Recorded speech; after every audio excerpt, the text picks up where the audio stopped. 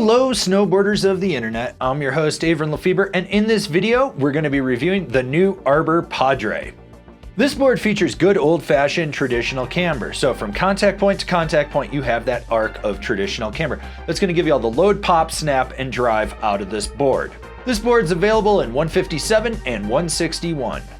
I rode this board at Copper Mountain on a sunny bluebird day with zero winds. There was firm bricked corduroy, soft corduroy, some chopped chunder, a little bit of ice, and I even found some leftover hot pow, and I rode it with my Rome Black Label bindings and my K2 Thraxis boots. The overall flex of this board comes in just past middle of the road. It's not full-blown plank, but there is some stiffness to it, and with the shaping of this, it is fully directional. So you have that softer nose, stiffening up outside the front foot, key flex point, this is very important for later on in this review, right inside the foot, and then it gets stiffer all the way back to the tail.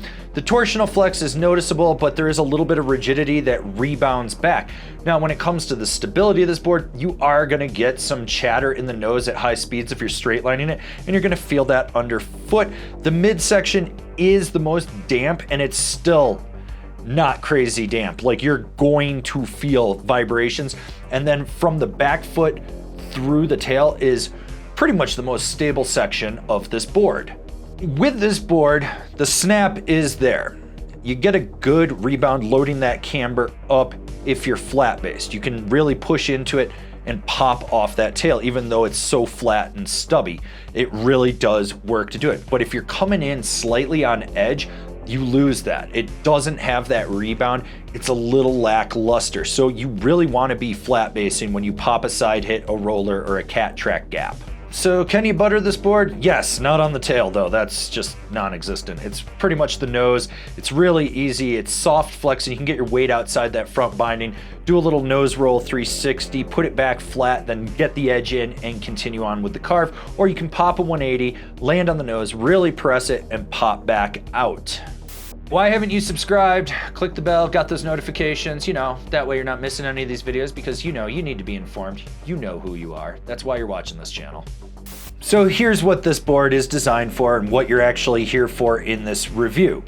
There is a subtle nuance to how you need to steer this board. You're actually going to throw your hip into the nose out at the contact point to get it to engage, and it's going to swoop in, and as you transition your weight back, you're going to notice that the grip tech underfoot takes hold. That's good for ankle steering. But if you want any power from this board, you have to slightly disengage the front, drive the back knee into the center, so you're pretty much only locked in from that grip tech underfoot, and that's what's going to allow you to really rail a carve.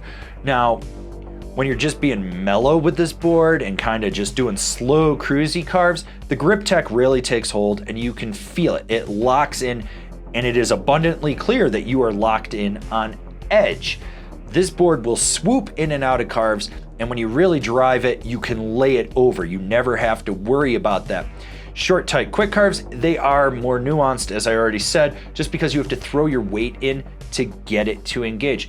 Now, one thing that you should note is if you're riding across boilerplate ice, this board would disengage when I was carving, every single time almost. It wasn't like a once or twice thing. I was replicating this anytime just to make sure it wasn't me and getting it on the heel edge or the toe edge. You can feel that grip tech, but then if you try to change the angulation of the carve or do anything, it would just kick out and start skidding the turn. So for you ice riders, please be aware of that. Rider in mind, someone that likes that Japanese style of snow surfing where they can rail a hard trench, or just, be casual and kind of ride the white wave. All right, you want to support us further? Swing on over to Angry Snowboarder VIP and become a member. Sure, I could tell you more here, but let's be real, I got a video over there that'll explain it so much better. So when I was given this board, I was told that it was going to be stiff and aggressive. It's not that stiff, it's approachable. It's stiffer than what most people probably would think for something like this, but you kind of need it to get that power out of the tail. This board will lay a trench. You don't have to worry about that. There's just subtle nuances with how you control the edge, where you need to keep your weight placement and whatnot. Like when you have your weight out over the nose and you're throwing the hip in, it's great. But when you disengage that front foot and you're really loading the camber, you feel that flex point right inside. And that really does change the dynamic of how you can turn with this board. Overall, it rips a carve exceptionally well. This board was fast, it was fun, it was just something different. It's not gonna be for everyone, I know that, but if you're one of those guys that likes to just turn and burn, I think this is something that you should definitely be considering. Comparable boards: the Nerd Superposition, the Nidecker Thruster, the Stranda Biru. Binding recommendations: the Arbor Cypress, the Cleaver, the Salomon Hologram. Alright, this has been my review of the Arbor Padre. If you liked it, why don't you go check out one of the reviews for one of the comparable boards? You know you want to. Go watch it. Do it.